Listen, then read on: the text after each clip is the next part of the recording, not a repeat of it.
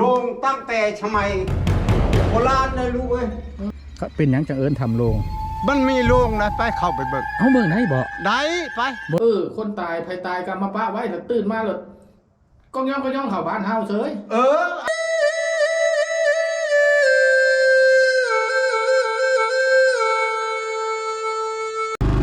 นี่แหละทำโรงนี่แหละ ทำโรง โคท่านน่ะวะ โบท่านคนสมัย ตัว ไหน นี้ โบจัก แต่พ่อหูอยู่ เออ แต่เฮาเข้าไปนี่บ่ได้พิษหยังนะพ่อเนาะ บ่ แต่บ้านเฮาอยู่เมืองไทยนี่อันเดียวกันบ่ที่เอิ้นว่าปราสาทนี่ ฮะ เป็นปราสาทบ่ บ่ แม่นเนาะบ้านเฮานับถือหยังพ่อ นับถืออัน ผี ผี บ่มีวัดบ่บ้านเฮา บ่มี โอ้ ยังได้วัดนั่นครับบ่มี ไปมาอยู่แหละชนบท นับถือฮีดถือหยังไปเนาะ โอ้มื้อนี้ได้โอกาสโพเราพามากับคนเอาบ่ได้พาเราไปไกลมื้อนี้เอาอยู่เก้อๆนี่แหละ จอดนี่เหรอ โอ้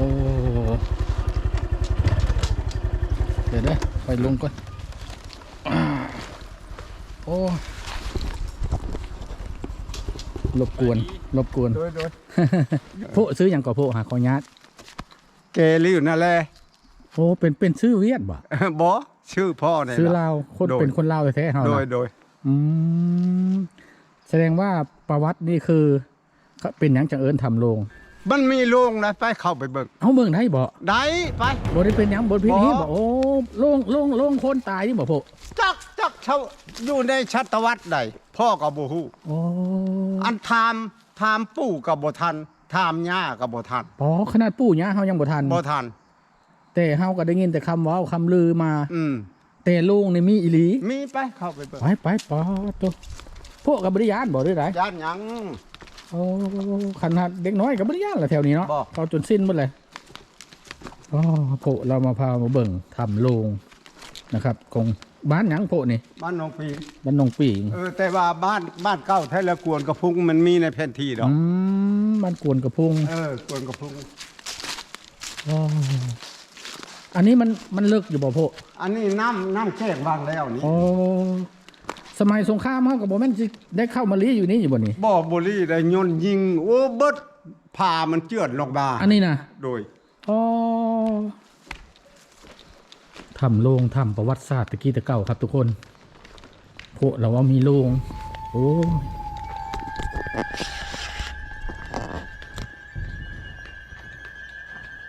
คนเฮาประชาชนธรรมดานี่เข้ามาได้นะพ่อเนาะ ได้นะ มาลีฝนลีอย่างก็ได้ ได้ เศร้าฝนอันนี้ขออนุญาตเด้อเจ้าที่เจ้าทางพกพามาเบิ่ง เลยลงตั้งแต่สมัยโบราณเลยลูกเอ้ย แต่ว่าอันแม่นไผมาเจอแรกๆไหม บ่มีไผแต่ก่อนมันก่อไว้อยู่พุ่นมันโลงแม่ม่านก็มีมันเป็นชั้นหลังจากสงครามอินโดจีนวางแล้วเลยเวียดบ้านอยู่นี่เขาลงเอามาดับไฟเบิด รถตรงนี้รถมันอยู่แต่ในพุ่นน่ะค่อยๆเอาออกมาจุอันมรดกโลกมาสำรวจอ่ะ ทีนี้เพิ่นก็บ่ให้เฮาเอาไปรังไฟหรอวะนี่ บ่ ป้าวันนี้เลย ให้เป็นประวัติศาสตร์มาเบิ่ง อันที่เพิ่นเว้านะคือมันอันเดียวกันหรือบ่ที่คนตายแล้วเข้ามาแล้วเหรอป้าไว้แล้วฟื้นย่างเข้าบ้านน่ะ มันเป็นแนวนี้อันพ่อกับบ่ทันกะอยู่ในใบลานกับบ่มีแต่ว่างินคนเว้าต่อแหละ โดย เอามาอยู่นี่แหละเอาใบพุกมาปกมันเหลืองแล้วเหรอคืน ใบไม้บ่ใบพุก ใบพุกใบใหญ่ๆหั่นนะ ใบคือใบตองกุงนี่ใหญ่ๆแล้วมาปกแล้วมันเหลืองแหละคืนคนสมัยนั้นหลางยินเพิ่นเว้าหั่นคืนน่ะย่างเข้าบ้านเฮา ก็เมื่อบ้านเมื่อช่องเลยลุงนี่เลยเฮ็ดเอาไว้บ้านนี้แหละไปบ้านนอกเลยเห็นก็คนเสียชีวิตเลยเห็นมันม่วนมันงานรถข้ามาดำมางานบาทนี่เห็นคนเสียชีวิตบ่หรือคนฟื้นบ่เห็นคนเสียชีวิตอยู่บ้านอื่นนะดาอื่นแล้วเอามาแล้วมางานบ้านนี้มาแล้วโอ้ยม่วนแท้บ้านนั่นกับเจ้าตายกับเจ้าฮุกกับเจ้างานเฮาละข้ามาดำ เราไปงานบ้านนี่งานมันบ่คืนนี้ โอ้ศพผู้นั้นหลงบ่คืน ผู้ใดตายก็ได้ไปทิ้งบ้านนี่ มัน คันบอกกับเจ้าบ่เฮ็ดไว้ดอกลูก แม่น แม่น ตามค่อยคิดได้ แม่น บัดที่ใดแท้นี่คือสิพิษจังใดจังหนึงเลยบ่คืน บ่คืน น่าจะเป็นนอนเฮาฆ่ามาดำตัวนั้นโอ้ ประวัติมันเป็นอย่างนั้นดอก ถ้าพอได้ยินมาว่าคนตายภัยตายก็มาปะไว้แล้วตื่นมาแล้วก็ย่องเข้าบ้านเฮาเฉย อันก็เท่าใบพุกดันเรือง ใบพุกดันเรืองนะ มันจึงคืนแต่ว่าคนดอยไว้ในโรงนี้ อันนี้นี่เป็นต้นไม้สมัยตะกี้ตะเก้าละ เอาไม่ดูได้ลูกเอ้ย บ่พระเจ้าเด็กบาทขวัญพระเจ้าชับพระเจ้าโจะยังอยู่ไหน เจ้าเจาะคราวนี้เลยล่ะเอาคนมานอนป้าไว้ในนี้ประวัติมันเป็นแนวนั้นดอก นี่จนซุมือนี่ก็ เอาคนตายก็บ่คืนนี่เดียวนี่ฮะแล้วซุมือนี้นี่ถ้าเกิดไทยบ้านนี่ตายอย่างนี้เอาไปไว้ใส่เอางั้นแล้วก็มาเช่ากับไปทิ้งไปเผาไปจูคนสมัยนี้นี่คนแต่ก่อนมีแต่ช่างวัดว่าห้ามตามค่อยคิดท่านน่ะพ่อคิดท่านครับเลยมันเป็นอย่างจึงว่าได้อย่างฉันอันหม้อทองหม้อนั่นก็เจ้าหั่นน่ะก็เจ้าเอาโรงงานมาแต่ใช้ก็เจ้าล่อเป็นหม้อทองหม้อนั่นแม่นคนก็งึดอยู่สมัยน่ะฮะเอามาแต่ไสเนาะสมัยนี้ว่ามีโรงจักรโรงงานผลิตแม่นสมัยนั้นมันมาแต่ใช้มาแต่ไสแม่นความโผว่างึดเนาะงึดเป็นหม้อทองเป็นแอ่งแท่งไห้นะเบิ่งลักษณะนี่เนาะโผเนาะอันศพนี่คนตะกี้ตะเก้าสิใหญ่สิยาวเติบเลยนี่ก็คนชี้โชคเฮานี่แหละนะแม่นนี่แหละผู้เฒ่าผู้แก่เขาว่าคนเอิกสี่ซอกอันนี้ชี้โชคเฮานี่ได้ลูกเอ้ยนี่ความยาวเป็น2เมตรผู้ทั้งหัวฮอดเท้าฮอดตีนพี่นอนก็ลมได้คนเฮานี่นอนพอดีปั๊บเลยได้นี่แม่นมันโกบแล้วนี่มันโกบเอาเลยโกบข้างโกบอนาวเนาะแล้วมีผ้ากวกแม่สิมีอีกครึ่งนึงนี่เนาะครึ่งนึงได้นี่ไหนทางลุ่มมานี่ทางเทิงอันกวกพันละเวียดไปดังไฟเบิดวันแต่ก่อนงามน่ะบ่ก็เจ้าเอาเฮ็ดเป็นชั้นไว้ก็เจ้าเรียนไว้อันลงแม่ม่านน่ะก็ชั้นแม่ม่านอันเวียดที่เอาไปดังไฟนี่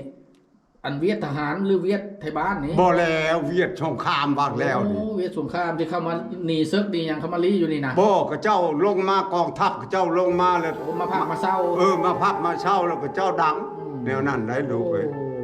คำว่าทหารเขาบ่ย่านอย่างเนาะคำทหารแม่นมันเป็นในนั้นบ้านนี้ถ้าค่อยละแตกอยู่ป่าอยู่ดงในชิมาห้ามกับเจ้าก็บ่หานห้าม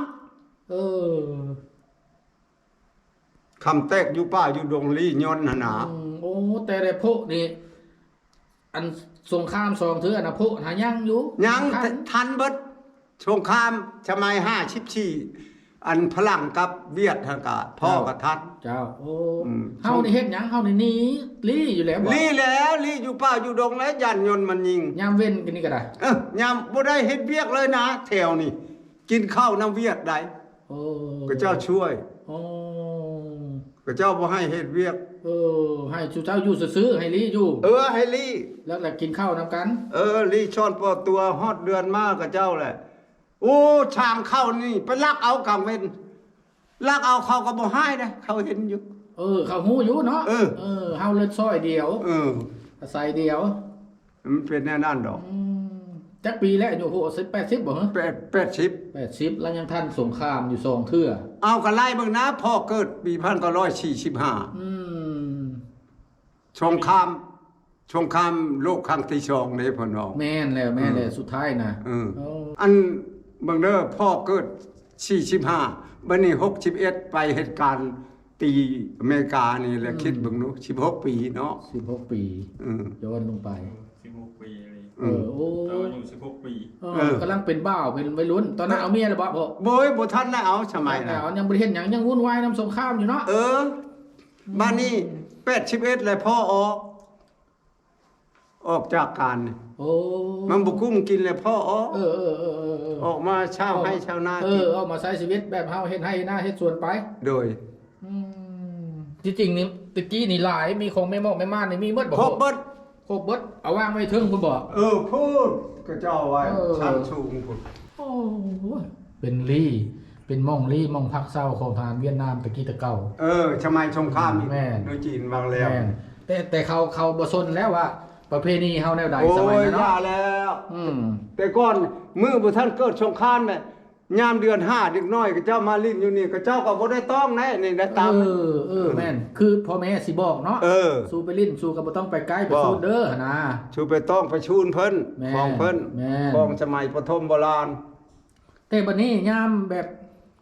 ฮ้อนยามเทศกาลมามื้อนั้นมื้อนี้เฮามีบ่ไทยบ้านเฮามาแบบ มามีแหละ ซาเฮ็ดนั้น มามีแหละระยะนั้นไหน มาเฮ็ดจำเฮ็ดหยังหั่นนะ มามีต้น จำนี้ มีหยัง ต้นดอกไม้ดอกไม้มาบูชา แต่ขั้นสุดท้ายแล้วเกิดสงครามแตกภายแตกบ้านแล้วก็ โอ้แล้วก็เลยบ่มีไผเฮ็ดไผซื้อมาเลย ไผก็บ่ได้ชื่อโตลูกเอ้ย ไปตัดเสียดายประเพณีเนาะ อืม เนาะเออ แต่ก่อนมีเนี่ยทำมาประจำอยู่นี่ มาทางไหน มาจักคนมาแต่ชิใดเนี่ยทำน่ะ7 วันเพิ่นจึงได้ไปจังหันเพิ่น โอ้7 มื้อฮะ 7 มื้อ จังได้ออกไปจังหัน จึงออกไปจังหันไปจังหันคู่มือเพิ่นก็บ่ฮับ เออ 7นึงแหละเพิ่นน่ะให้มาเอาเป็นกล้วยเป็นเครื่องหวานแล้วมาจังหันเพิ่น โดย เครื่องข้าวเพิ่นบ่กิน เจ้าโอ้โห และหลังจากนั้นแหละเพิ่นแล้วเว้าบัดเพิ่นสิไปแล้วจักเพิ่นสำเร็จไปทางใด ไปบ่มาเลย บ่มาเลย แล้วก็บ่มีไผมาอีก แล้วก็บ่มีไผมาเกิดสงครามแล้วก็แตกอยู่ป่าอยู่ดงแล้วก็แล้วแหละบ้าน พระยังตัวกับบ่มีไผมาเนาะอยู่ บ่ เนาะ แล้วย่านั้นลุงจัดทุ่งขยูนี่แล้วเชียร์ว่างแล้วนี่แต่ก่อนเรามาเฮ็ดอยู่นะ โอ้ อยู่นี่มาอันบุญฮดน้ำฮดในนะ โอ้ พระชง โดย เราไปบ่ได้แล้วแหละ บ่มีไผเฮ็ด บ่มีไผเฮ็ด อืม แล้วก็บ่มีไผชืบทอดอีกภายพระชงก็ดี แม่นเพราะว่าคนลาวเฮาแท้ๆนี่ก็เดี๋ยวนี้ก็มีเวียดมีหยังมาปนเนาะมันก็เลย ลุดรวยไปได้ลูกเอ้ย แม่นพ่อเอ้ย อันนี้แหละทำโรงผลว่าทำโรงทำโรงบ้านโนงปิงเมืองบรพาและบ่อนเดียวนี่แหละ อ๋อบ่อนเดียวนี้ อืม อันนี้นี่มันเป็นจังซี่บ่โหนี่ มันเป็นข้าเจ้ามาอนามัยบ้างแล้วนี่ โอ้แสดงว่าเขาเจ้าก็ยังรักษาอยู่ ทั้งเมืองเพิ่นให้ทั่วล้อมหมดนี่ โอ้แม่อันนี้มันยังนี่โหนี่คือกันหัวไว้นี่ อันกับเจ้ากันบ่ยังให้งัวเข้า โอ้บ่ให้งัวปีนขึ้นเทิงทางในน่ะ บ่ให้งัว เสียมันเข้าไปทางในลึกนี่ได้อีก แสดงว่าข้างในนั่นก็เลิกบ่พอเป็นโกนบ่ บ่ได้เลือกบันได อ๋อ แต่ก็ลึกอยู่ได้เดียวเข้าไป โอ้แต่พวกเคยเข้าไปบ่ฮะ เป็นหยังอย่าเข้าครับบ่มีไฟนะ โอ้มันเข้าไปมันมืดได้บ่โอ้บ่เข้าดอกพวกเอ้ยโอกาสหน้าพุ่นละ ชื่อพ่อนี่ลุงแกพ่อเฒ่าแก ผู้เฒ่าแก่เห็นแล้วบัดนี้เฮามาเทื่อหน้าเฮาก็สิได้แวะ อยู่เฮือนอยู่ซ่านคันยังมีแฮงมีหยังอยู่เนาะ จ้าถูก มีแฮงอีดอก80นี่ท่านศึกสงครามมันก็2เทื่อแหละอายุฮอด100พุ่นละ จะถูกแล้วลูกเอ้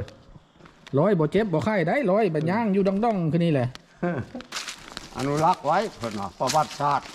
เจ้า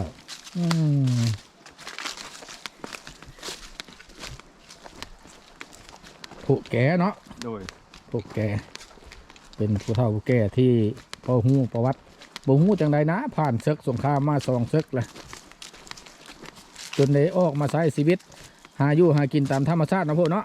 นี่ แต่ก่อนมันบ่ได้เป็นคือนี่ได้ผ่าได้ลูก ฮะ เอ้ยมันชูงได้มันเป็นแหลมคือนี่น่ะ โอ้เป็นแหลมขึ้นนี่ บ้านนี้แหละชงข้ามอเมริกา โอ้ แล้วว่างแล้ว มันยิงจน ยิงใส่อัน ผ่านี่ ยิงใส่ ทำเวี ผ้าย ดอยู่นี่ เวียดอยู่นี่ เออ อ๋อดอก มันจดเจือน โอ้ โดนนั่นได้คุมบุ่มนั่นก็ยังมีนะคุมบุ่ คุ ม มบอมหาแถวนี้ อืม อืมคัก อันนี้ไม้มันป้องไม้ว่าได้ลูกเอ้ย มันปุ่งขึ้นมาหุ่มไหมเนาะโอ้สมพอครับ คนโดนในเรือตายนะสงครามมากแล้ว บอกเรือลายบุบ้านเฮา บ้านค่อยในเดินน้อง2 คนกับพ่อก็ตายยนยิง บ่ เออ เอ้ากะยุคใหม่นี่ก็เบิดแหละแล้วแหละเนาะพวกเนาะ